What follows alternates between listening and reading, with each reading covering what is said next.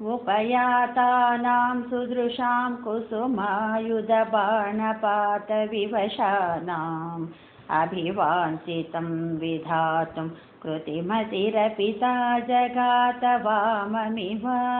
गगनगतं मुनिनिवहं श्रावयितुं जगितकुलवधूधर्मं धर्मं खलु ते वचनं कर्म तु नो निर्मलस्य विश्वास्यम् आकर्ण्यते प्रतीपां वाणीमेणीदृशः परं दीनाः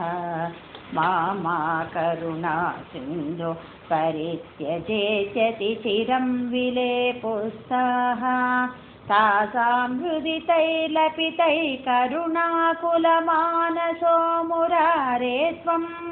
ताभिः समं प्रवृत्तो यमुनापुलिनेषु काममभिरन्तुम् चन्द्रकरस्यन्दलससुन्दरयमुनातटान्तवीथीषु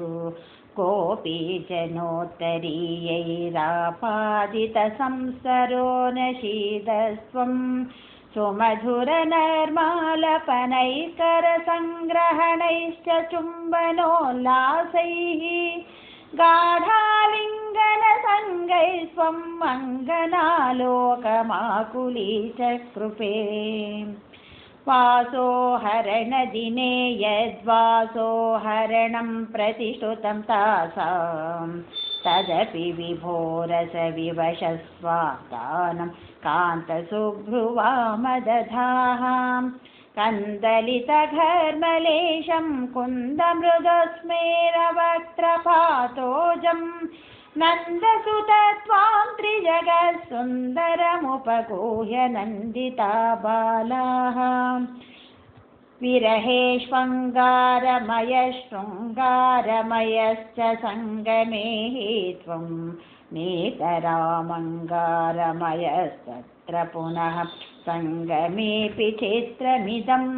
राधातुङ्गपयोधर साधुपरीरम्बलोलुपात्मानम्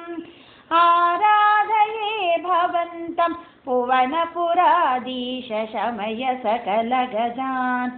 आराधये भवन्तं पवनपुराधीश शमय सकलगजान् उपयाता।